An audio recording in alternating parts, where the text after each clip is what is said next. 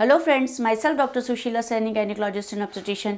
Friends, आज हम बात करने जा रहे हैं बच्चेदानी में होने वाले इन्फेक्शन के बारे में, यानी कि पीआईडी। पीआईडी का फुल फॉर्म होता है पेल्विक इन्फ्लामेटरी डिजीजेस, यानी कि जो बच्चेदानी और बच्चेदानी के आसपास का एरिया, यानी कि नलियाँ, जो बच्चेदानी की नलियाँ होती है, ट्यूब्स, और साथ में ओवरी, अगर इन तीनों चीज़ों में कहीं पे भी इन्फेक्शन हो जाता है तो उसे पेल्विक इन्फ्लामेटरी डिजीज़ कहा जाता है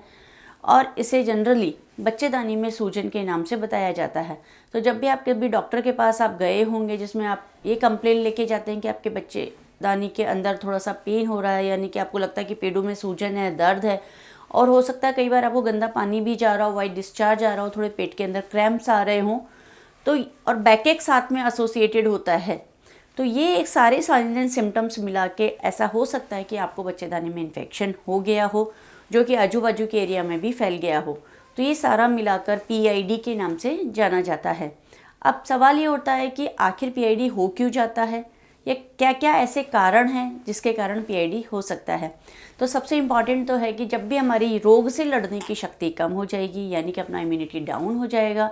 तब डेफिनेटली हमें इन्फेक्शन का खतरा बढ़ जाता है। दूसरा कारण हो सकता है कि जैसे ही सेक्सुअल एक्टिविटी स्टार्ट होती है, यानी कि अगर कोई अनमैरिड गर्ल थी और अब उसकी मैरिज हो गई और सेक्सुअल एक्टिविटी स्टार्ट हो गई है, या और भी किसी तरीके से अगर हमने सेक्सुअल एक्टिविटी स्टार्ट की है, तो डेफिनेटली पार्टनर से इन्फेक्शन हमें मिल जाता है और पीआईडी का कारण हो सकता है। इसके अलावा किसी किसी का जैसे डायबिटीज़ हो सकता है या प्रेगनेंसी हो सकती है, तो ऐसी स्थिति में भी इन्फेक्शन का रेट बढ़ जाता है। और कई बार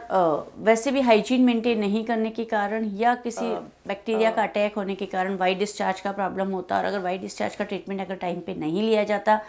तो भी बच्चेदानी में इन्फेक्शन फैल जाता है। और कभी कभी किसी किसी मरीज़ को जैसे कॉपर टी वगैरह लगाई हुई होती है, तो कॉपर टी के कारण जो थ्रेड होता है उसके कारण भी बैक्टीरिया ऊपर चढ़ जाती है और बच्चेदानी में इन्फेक्शन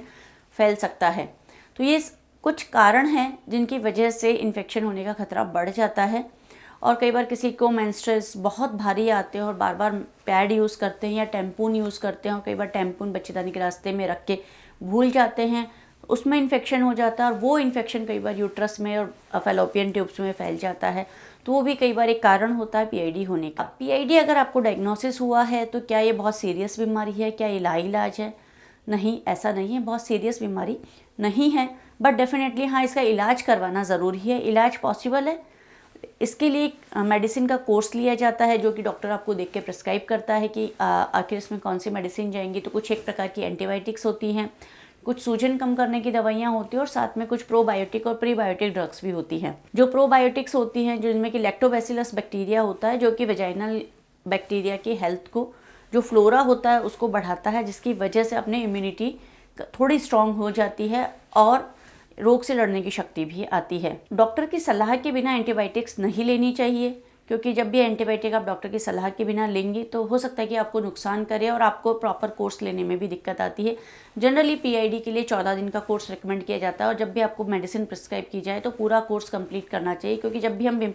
कोर्स अधूरा छोड़ देते हैं तो बीमारी दोबारा होने की संभावनाएं ज़्यादा बढ़ जाती हैं।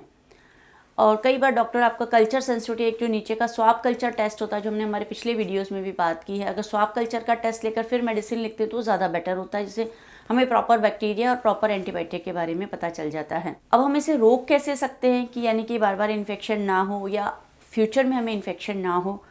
तो उसके लिए जब भी अगर आप पार्टनर के साथ रहते हैं तो आप कंडोम का इस्तेमाल कीजिए, ताकि इन्फेक्शन एक दूसरे को ना फैले।